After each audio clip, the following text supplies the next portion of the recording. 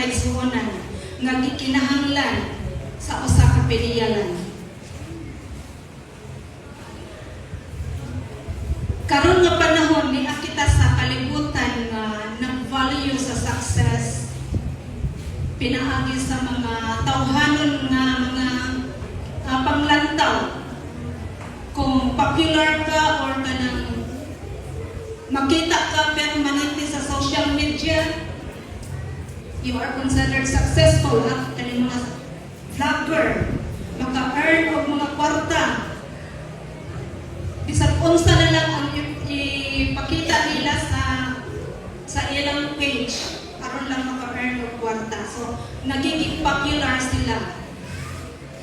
Mga kaptangan, wealth nato, recognition na maangkon sa members of family. Dili kalikayan kung dunay achievement gani na maangkon ang usa ka membro sa pamilya, anak na nag-graduate, dunay Latin honor. Makaingon dahil tara successful ang mga bata ni pastor, ni brother so and so. So, often ang tao mag-measure sa success sa usa ka individual pinangagi sa accomplishment na iyang naangkon, outward accomplishment or visible achievement na naangkon sa usa ka tawo. But atong hinumduman mga kaigsuonan nga in God's kingdom, lahi ang standard. Lahi ang standard sa Ginoo mga kaigsuonan. God is not merely looking for talented people. Wala siya nagtanaw o mga bright na mga individuals, mga bright na leaders, mga successful, nakatapos og PhD or pila pa na ka mga masters na naangkon niya. Dili particular mga kaigsuonan ang Ginoo ni anak ng mga worldly accomplishments or achievements. Unsa ang iyang ipangita sa iyang mga katawhan? He is looking for faithful people. So, ang message karong mga kaigsuonan ako ikikulugan, faithfulness, God's requirement for His stewards. Ang pagkaon sa kuno, pagka magtinod-anon or magtinumanon, usa or pinaka-main nga requirement ni Ginoong Hesus aron natawag taniya nga iyang mga piliyanan. 1 Corinthians 4:2, sumala sa gibasa kaganina, mo na ang sentro sa atong text karon. Moreover, it is required in stewards that a man be found faithful. Dinhi mga kaigsuonan si Apostle Paul nag-remind kanato sa usa ka divine na requirement. It is required, emphasize gibiha, in stewards that a man be found faithful. Kini nga text mga kaigsuonan nagtudlo kanato na ang faithfulness o ang pagka-matinumanon, ang pagka-matinud-anon is not optional. It is a requirement mga kaigsuonan. Dili na siya nga pwede nato pilikon, pwede nato himuon, pwede dili. It is a requirement yun na mahimuta sa nga usa sa mga gitawag ni Ginoong Hesus nga piniyalan. And it emphasizes that those who are trusted with responsibilities must prove to be faithful. Now, what is faithfulness? Unsay faithfulness mga kaigsuonan? Faithfulness, kasabot jud ta kung unsa na, tinud-anon, mutuman ka, follow, di ba? But it has a deeper meaning. And it means integrity when no one is watching.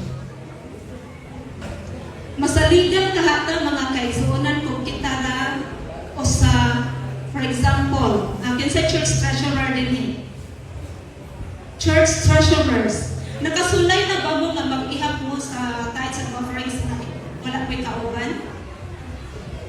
Nakasulay. Sometimes but it is required nga dapat naatay kauban. Pero dinhi ang integrity mo come in. Integrity, faithfulness is integrity when no one is watching. Basig na ay may manaw kapuraman nag-ihap. Makuha lang ko isa ka bill. Ang pinakagamay lang. And later, mag-start ka sa gamay, musaka-saka na siya. Hangtod madako. Is that faithfulness? Wala atong integrity diha mga kaigsuonan. What else? Faithfulness is consistency in service. Mapinadayon nga pagserbisyo diha sa Ginoo. Bisag walay sweldo. For how many years nahimo ka nga treasurer? Walay sweldo, walay stipend, Pastor Goma. But still, you faithfully do your responsibility. Faithfulness means obedience in small things. Matinul-anon ka or masinulundon. Masinulundon ba? Matinumanon. Murag naglibog ko. Murag paru-parihara sila. Bisan sa gagmay butang mga kaigsuonan, you are faithful in doing things. And above all, faithfulness is what? Loyalty to God despite difficulty. Makahinumdum ta sa experience ni Job. Gi-curse na siya sa iyang mga friends, pero unsay sulti ni Job? Magpabilin yun siya na faithful nandito sa Ginoo. So, God expects His people to be trustworthy managers. Sa tanan ng mga butang nga i-entrust sa iya. And He values faithfulness above success. Kanang success nga naangko na ito mga kaigsuonan, graduate ta sa unsa nga kurso niya, doctor or pila ka PhD degrees ang imong naangkon, that is nothing. Atubangan sa Ginoo. Ang iyang gikinahanglan sa imo, ang iyang gikinahanglan sa ako is our faithfulness to Him. So today we will reflect on what it means to be a faithful steward. Unsa may buti pa sa bukyod kanin tawagon ta nga faithful steward of God. Unsa nga mga prinsipyo ang angay natong hinumduman aron matawag ta nga faithful stewards of God. So, dunay 5 dire nga akong gilista mga kaigsuonan. Guiding principles. First, we are managers, not owners, aron na hinumduman. And God requires faithfulness, not fame. Dili dungog, dili outward achievement or worldly achievement. Faithfulness is tested in small things. Mga simpleng bagay. Faithfulness is needed also during difficult times. And the 5th is God rewards faithfulness. Atong hisgutan kadali ang matag punto na mention natin mga kaigsuonan, matag principle. Now, we are managers and not owners. Kining word na steward, pag maghisgot og stewardship seminar, convention, kining word na steward, mamtilig yun ni absent, always ni naa, present. Nga naman, gina-emphasize yun ni mga kaigsuonan nga kita are not owners of whatever we have. Kung unsay naa sa atong mga kaigsuonan, we are not owners. Let us always remember, we are what? Managers or stewards, piniyalan sa butang nga gihatag sa butang sa uban nga gihatag sa ato, gi-entrust sa ato.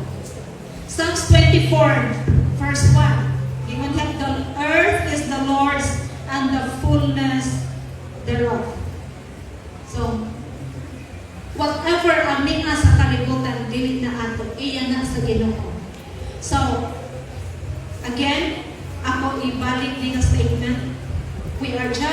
stewards of the property nga gi-entrust sa ato sa Ginoo. We are only caretakers.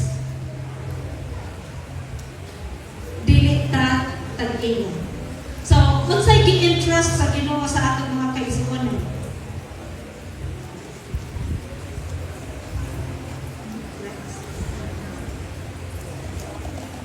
Unsay gi-entrust sa Ginoo sa atoa? Na-mention ganina sa isang present si Pastor or si Pastor Salvi or Pastor Jester. Gi-entregahan ta sa Ginoo sa atong kinabuhi sa atong health. Unang butang.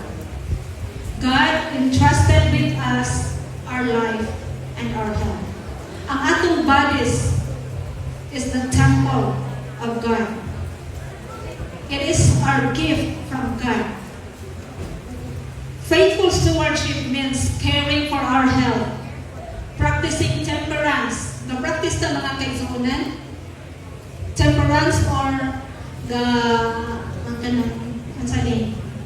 patakas na o paggusto. Basta lamig sa baba, ang paggusto lang tagugungit. Anything na masulod sa baba. We are not practicing temperance. Pero faithful stewardship means caring for our health, practicing temperance, and honoring God through healthy living. As Seventh-day Adventists, mga kaigsuonan, we are very particular sa health laws. Health is part of our witness.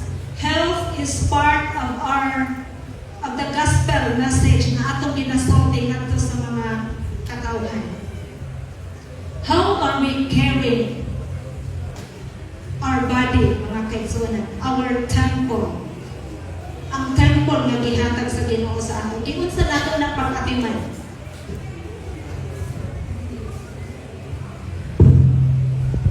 Kabalo ko dinhi sa Dumaguete, or ang Dumaguete City is known for pickleball. Sikat siya kayang Dumaguete. And kabalo ko nga daghan din sa ato gadula o pickleball. Now, playing pickleball is good. That in fact, daghang mga senior citizens ga-appeal. Kay nindot man siya, dili man kay siya heavy pareha sa tennis, sa lawn tennis.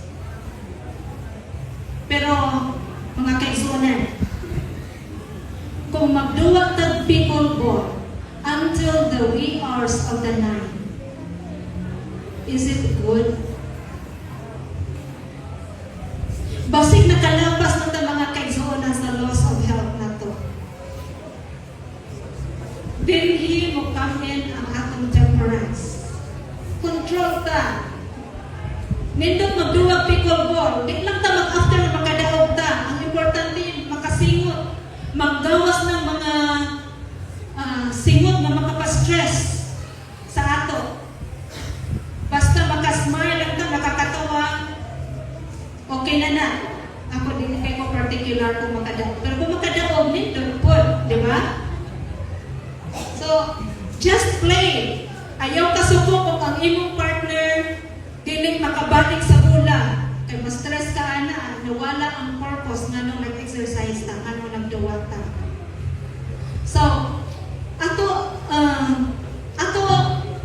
ibalansin mga kaigsuonan. Magduwag ta, but diling natong palabihan. Naka-experience ko mga kaigsuonan, kami ni Ma'am Jing partner, 2 weeks ago. Na may schedule ang office, playing time. Alas 4 ngadto sa duha ka oras, alas 4 ngadto sa alas 7. Oh, yeah. Wala may lahi mo maghulat sa amo. Cameraman, na straight food ang duwa. Pastilan mag-abot sa balay. Maglisod na ko sa akong kamot mga kaigsuonan. Giagak na ko sa akong left hand, sa akong right hand. Kay dili na ko maalsa. Murag na sobrahan. Kay labi na kung wala po'y kanang unsay tawag anak. stretching before ka nisulod sa court. Nakaingon ko, dili na yun ko modula sa nga straight. Mas nindot yun na naay rest in between. Naigo na ko aning mga kaigsunan. Kaya kung isulti ka ron. Let us take care of our life and our health.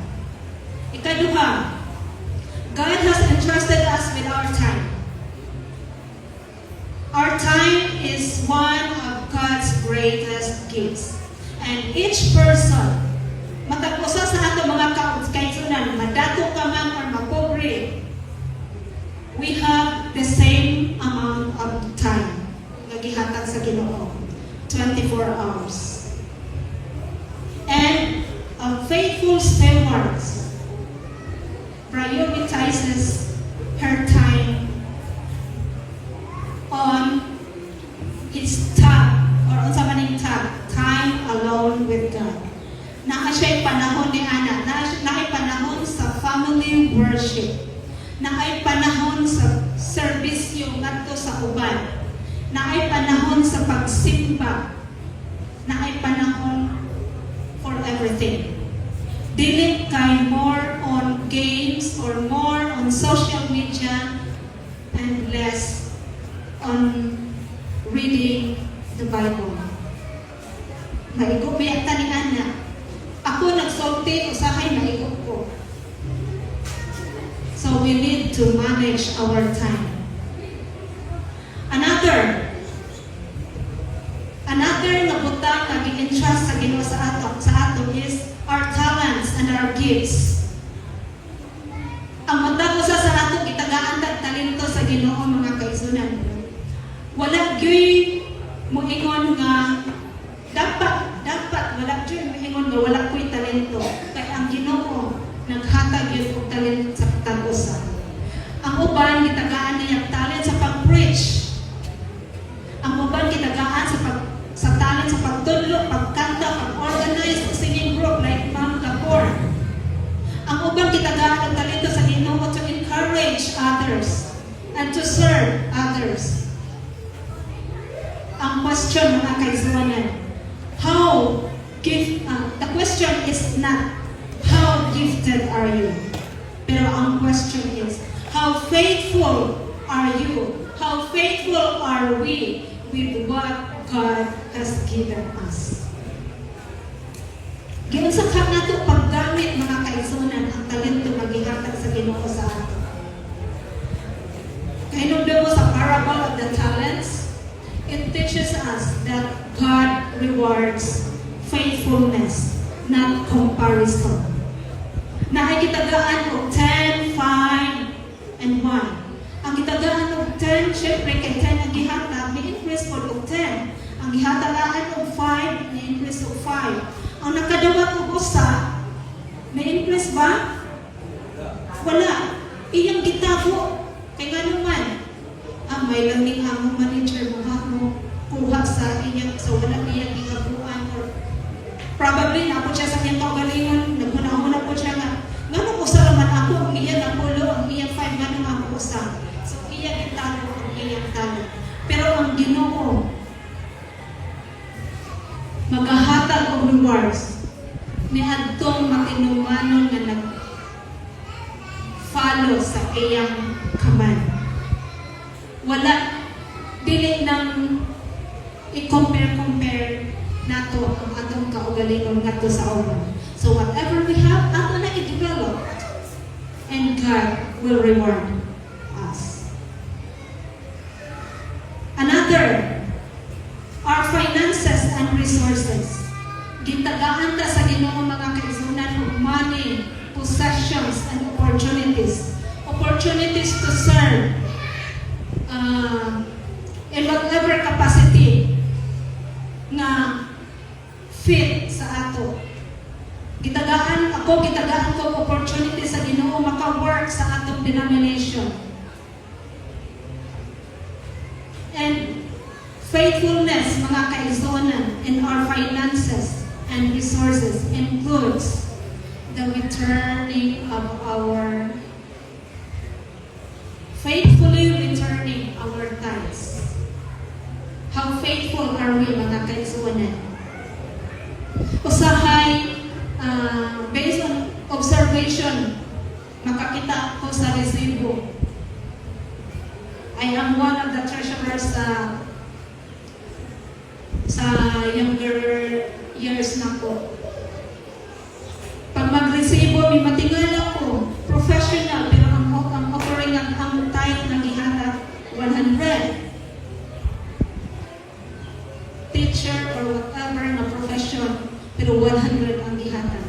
Ang Ginoo nakakita ni anak. Walay nakabalo. Only God. Ato na ng tuluwagon mga kaigsuonan. Ang atong pag-ulit sa atong ikapulo shows our loyalty ato sa Ginoo. Ang paghatag sa offerings, unsay ipakita ni anak nato mga kaigsuonan. Ang nganong returning faithful tithe ng dili man giving, because ang tithe dili gyud na ato, so ato gyud nang ibalik. Offerings, ihatag na sa ato ang opportunity sa pagpili kung pila ang atong ihatag, and it shows our love to God. Kung dako atong offering, according to what we receive, hatag ka. Kung nisaka na ang imong sweldo, ayaw na pagpermanente hatag na offering na 50. Isaka po ang imong offering in proportion to what you receive. Helping those in need. And faithfulness includes wise financial management. Kanang nabilin sa atong mga kaigsuonan, giunsa nato na pag-manage. Dako pa baya nang nabilin. Imagine kung hatag ka o offering equivalent sa tithe, pila ang nabilin sa imo? 80%. Giunsa nimo na pag-manage. Giunsa nimo na dala deal ang kwarta or ang property or ang possession na anak na sa imo. God measures not only how much we have, but how faithfully we manage what He gives. Ang atong mga pastors, mga kaigsuonan, mukuha na sila o na sila yung ng budget sa conference. Like evangelism budget, chapel aid, mga imon ana. Kana siya nga amount dili na ila. And gina-require from them, mga kaigsuonan, from our pastors, nga they are accountable ni anang kwarta nga ilang gikuha sa opisina. So, ilag yun na paningkamutan nga ma-manage na nila insakto. Kay kung dili gani, disgrasya ang sweldo ni pastor. Maiban yun na sa salary. So, always atong ibutang sa mind, kung doon na tayo, kung doon na i-entregar sa ato o i-entrust sa ato, atong panikamutan, atong nang ma-manage in a right way. Kaya we are accountable in the end kung dili natin ma-manage o insakto. In Counsels on Stewardship, page 22, therefore God tests us here by committing to us temporal possessions that our use of this may show whether we can be entrusted with eternal riches. Now, mao ni ang purpose sa Ginoo nganong gitagaan or gitagaan ta or gi-entrust sa ato kani mga possessions na naa sa ato karon. God tests us here by committing to us temporal possessions that our use of this may show whether we can be entrusted with eternal riches. Kung masaligan ka sa mga kalibutan ng butang, sa gamay butang din sa shows that you will be entrusted also with eternal riches up there. Now, the second principle is God requires faithfulness, not faith. It is required. It is required. This means na ang atong faithfulness maunay expectation naging paabot sa Ginoo sa ato. Ang Ginoo wala magsulti na you have to be famous. Pastor Gapor, vlogger man ka, may pagka-vlogger ka. You have to be famous sa imong vlog. Wala nagsulti ana ang Ginoo. You have to be rich. Wala nagsulti ang Ginoo ana. You have to be powerful. Kung pero unsa iyang gisulti, you have to be faithful. Be faithful. Daghang mga biblical heroes na atong hibawan mga kaigsunan nga they were faithful in small things. Si Noah, bisag i-ABI siya sa iyang mga kauban, pero nagpadayon siya sa pagbuhat. Si Joseph, while in prison, si Daniel, Mary Magdalene, ug daghan pang mga Bible characters mga kaigsunan na they were faithful in their responsibility. It is not the great results we attain, but the motives from which we act that weigh with God. He prizes goodness and faithfulness more than the greatness of the work accomplished. Para sa Ginoo, wala sa iya ng big result na imong nahimo, kundi ang iyang gi-value is ang imong pagkamatilod-anon diha sa imong trabaho. Number 3, faithfulness is tested in small things. Ginasulayan kita sa mga gagmayng butang, diha makita kung faithful ta or dili. Luke 16:10, he that is faithful in that which is least is faithful also in much. Before tatagaan sa Ginoo mga kaigsunan o great or dako-dako nga responsibilities, iya lang po sa tanawon kung makamanage ba ta sa ginagmay ng mga butang or ginagmay ng mga responsibilities. Now, nako'y question sa matag-usapan natin o pero niya ni mga kaigsunan. Are we faithful in worship? Matag gabi buntag gabi. Are we faithful in our church responsibilities? Gitagaan ta responsibilidad sulod sa iglesia. Napili ta nga dikonesa or diakono. Faithful ba ta nga maghimo sa atong responsibilidad sulod sa iglesia? Are we faithful in returning the tithe?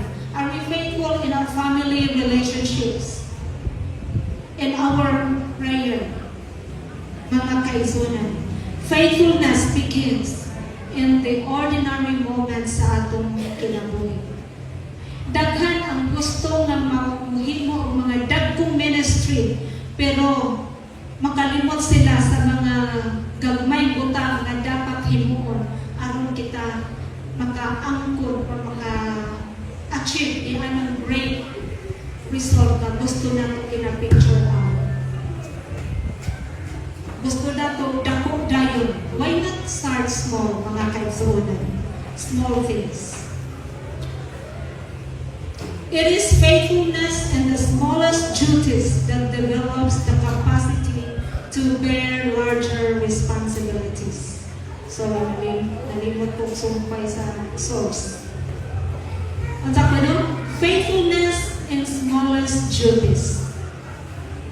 Kung faithful ta ni anang gagmay mga butang, it develops in us the capacity or the ability to bear larger or greater responsibilities. According to John Maxwell, small disciplines repeated with consistency every day leads to great achievements gained slowly over time. Dili one time. Hinay-hinay. ma-accomplish nato ang great achievements if we do it repeatedly and consistently. Number 4, faithfulness in difficult times. Sumara sa convention ako kaganina si Job. And siya, though he slay me, yet I will trust him. Ang tinuod nga pagkamatinud-anon mga kaigsuonan makita during trials sa atong kinabuhi. Doon ay moabot. Mga delays na moabot sa atong kinabuhi. Disappointments, financial hardship. Usahay kung magkalisod-lisod na ta. Pero I'm sure wala yun niya sa Seventh-day Adventist. Kanang maingon ba, may pagkit na kumusin ba, maura maghihapon, nagkalisod mga ko. Wala po kadungog ni anak sa mga Seventh-day Adventist. Because we believe na ang atong pagkamatinud-anon makita diha sa panahon na kita mag-listen. Doon ay criticism. God honors people who remain faithful when circumstances are difficult. Kinsay magpadayon o buhat sa sitwasyon na nagkalisod na ka. For example, kaning mga uban nga pastors nato nag-start na sila as a layman. Pilay stipend. Pastor Chen, pilay stipend yung pag-layman ka, diretso district. Pilay stipend. 7,000. Kung huna-huna ko na ito mga kaigsunan, if we are after of the material or the monetary and value nga madawat na ito, 7,000 is lisod. Okay lang kung single pa, pero isang single pa ganin ko. Sabagay, depende na siya sa imong personal na mga choices sa kinabuhi. But if you have a family with 7,000 stipend, lisod mga kaigsunan. Basig ang imong asawa mo ingon, nganong magpabilin padayon pamangkag layman. Nga di man ta mabuhi sa imong stipend. But I salute this layman mga kaigsunan nga bisang gagmay ma-receive nga stipend. Magpadayon sila sa pagservisyo. And look at them now, kanang naa sa distrito. Na ay mga kaigsuonan. Kaya na ay isakit ka pastor na mo dito nga. Wala pa siya na regular. Layman category pero nag-handle siya ang district. Naa siya problema nasugatan, personal problem. O gitagsatan sa miniyag dool. Nagto sa presidente, nagto sa executive, dire sa ako. Ako siya gipangutan ng anong mo undaman ka na nag-handle na ka og district. Dili madugay, magsulod regular ka, kailangan nagod ka sa district. Personal reason, wala niya gisulti sa ako.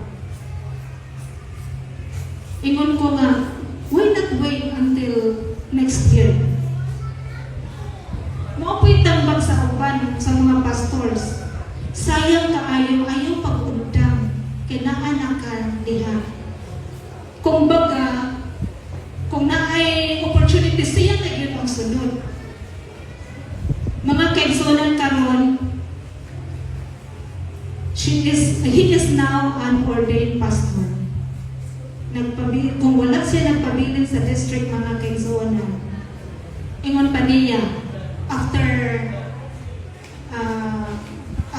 a year or so or two, may anak siya, ma'am, kung wala ko nagpadayon, naanak ko sa among bukid karon, nag-uma. So, sa panahon sa kalisod, ang atong faithfulness ginastulayan. O kung dili ka mupadayon, alkansita mga kalisod. Number 5, God rewards faithfulness. Ano itong reward sa iya? Na-ordain siya.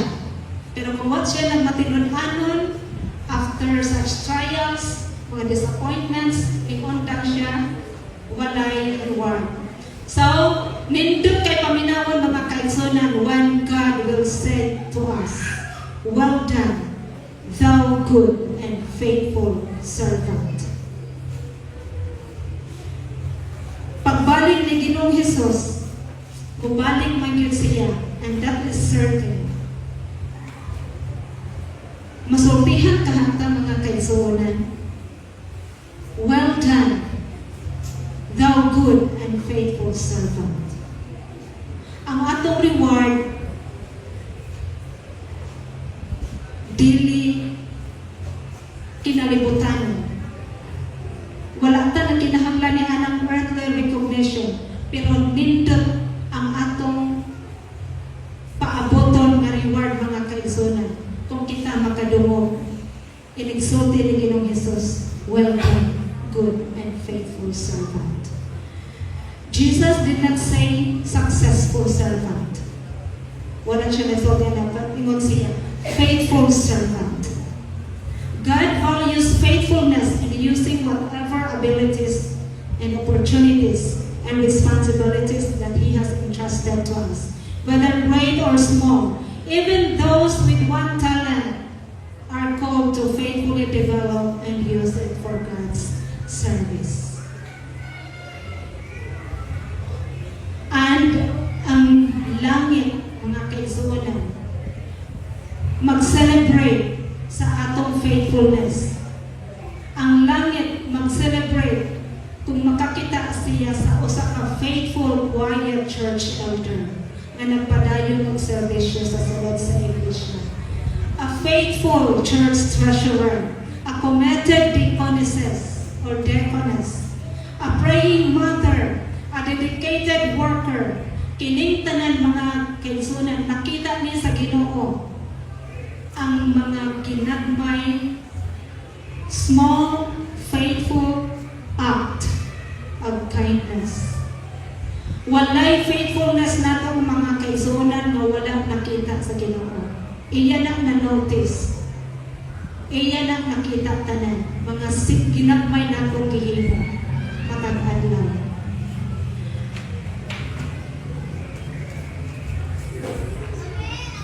Now, this Sabbath, mangutanan ko mga kaigsuonan. Atong ning ipangutana sa atong kaugalingon. Am I faithful? Am I faithful in my relationship with God? Am I faithful in how I manage my time? Kung yun sana ko pag-manage ang atong talento, ang atong treasure mag-i-entrust sa Ginoo sa ato. Faithful ba kaha kita kung walay nagtanaw sa ato sa panahon na walay nagtanaw? Kung ang Ginoo moabot karon, will He find me faithful? Will He find you faithful, mga kaigsunan? Now, let me give you this acronym. Kaning word na faithful. Faithful is, F is faithful in little things. So if we are faithful, we have to be faithful in little things. A, accountable to God. If we are faithful, we are accountable ngadto sa Ginoo sa unsa sa mga butang nga gi-entrust niya kanato. I, if we are faithful, we have integrity. We have integrity. Sorry, asa mo?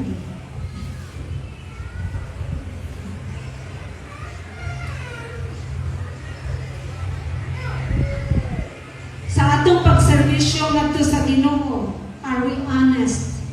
Are we responsible? Are we doing it with sincerity?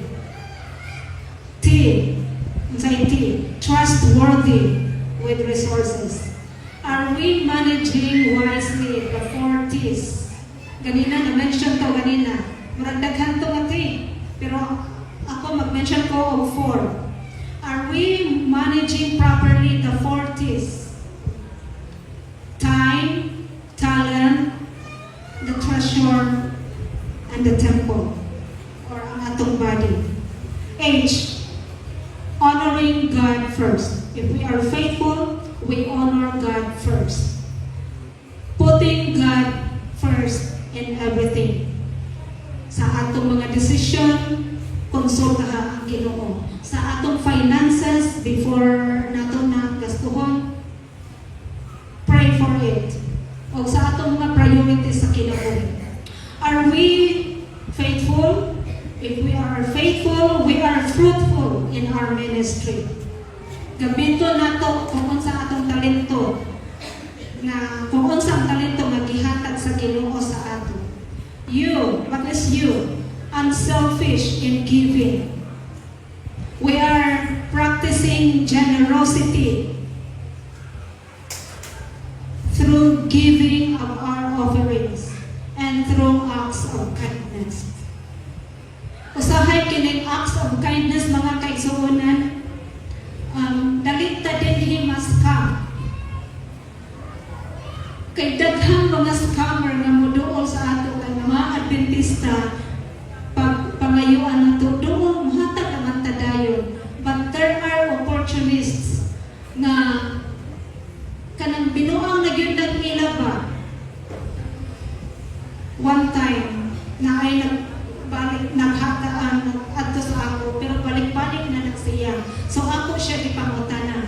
Nganong magsige makabalik-balik? Napul o pastor. Sorry sa word na napulan pero wala ko ano ba nganong ako ibalik-balikan sa ako magyud mo sulod. So ako siya ipangutana. Nganong magsige makabalik ako? Ingan siya. Ikaw naman ko'y muhatag, ma'am. Pero ako naapa ko'y istorya sa iya, pero I have realized nga kung muhatag ta, wala na may daghang istorya. Just give. Kung nagsige na balik-balik sa imo, kung nakamahatag sa iya, just give what you can give. Ayaw na kapiling kong istorya. And the last one is L, living as a loyal steward. If we are faithful, we are living as a loyal steward. We remain committed and faithful hangtod ang Ginoo mubalik. God does not ask us to do everything. He asked us to be faithful with what He has entrusted us. Mga kaigsuonan, let us remember that God's foremost requirement for His stewards is faithfulness. Dili ang atong success. The Christian life is not about perfection. Wala di kinahanglan sa Ginoo nga ma-perfect nato ang tanan. Pag-follow, pag-buhat. Pero iya gi-require sa ato ang atong persistence sa pagka-matinol-anon. Persistence and faithfulness. We may differ in lahi-lahing talento na ay mga kumukanta na igo-igura na ay yaba. We may differ in position sa atong trabaho or we may have different opportunities. Ang uban after graduation naka-work dayon, ang uban wala pa. But every believer mga kaigsuonan is called to be trustworthy. Mao ni atong hinumduman. Wala gi pangayo sa Ginoo dinhi sa ato ang atong unsay atong na-achieve. Pero iya gipangayo sa ato ang atong pagka-trustworthy sa ang atong pagka-matinod-anon sa pag-manage sa iyang property nga gi-entrega sa ato. The greatest commendation is not worldly applause, but hearing the words, "Well done, good and faithful servant." Remember that God does not ask us to do everything. Dili na mao ang importante sa Ginoo. Pero ang iyang gipangayo sa ato that we have to be faithful kung unsa ang iyang gi-entrust sa ato. Before I end this message, mga kaigsuonan, na ako'y ipiling ang question para sa atong tanan.